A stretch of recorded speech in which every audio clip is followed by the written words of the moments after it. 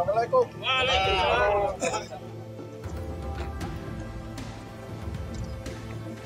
Kombes Pol Muhammad Rum Ohoirat menunjukkan keseriusannya untuk maju dalam kontestasi pemilihan kepala daerah 2024 mendatang.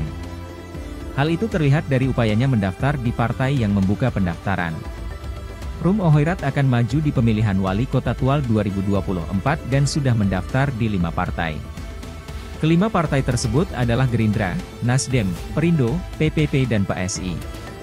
Kombes Pol Muhammad Rum Ohoirat menyatakan agar bisa bersama-sama berproses rasanya cukup 5 parpol saja, dan memberikan juga peluang bagi yang lain untuk sama-sama ada dalam pesta demokrasi ini. Semoga saja, lanjutnya ke depan tetap bisa berjalan bersama-sama parpol untuk proses pertahanan selanjutnya di beberapa partai tersebut.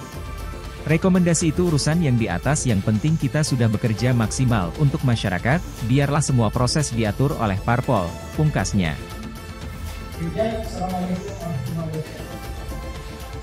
Dengan mengucapkan bismillahirrahmanirrahim, saya Download Tribun X sekarang, menghadirkan lokal menjadi Indonesia.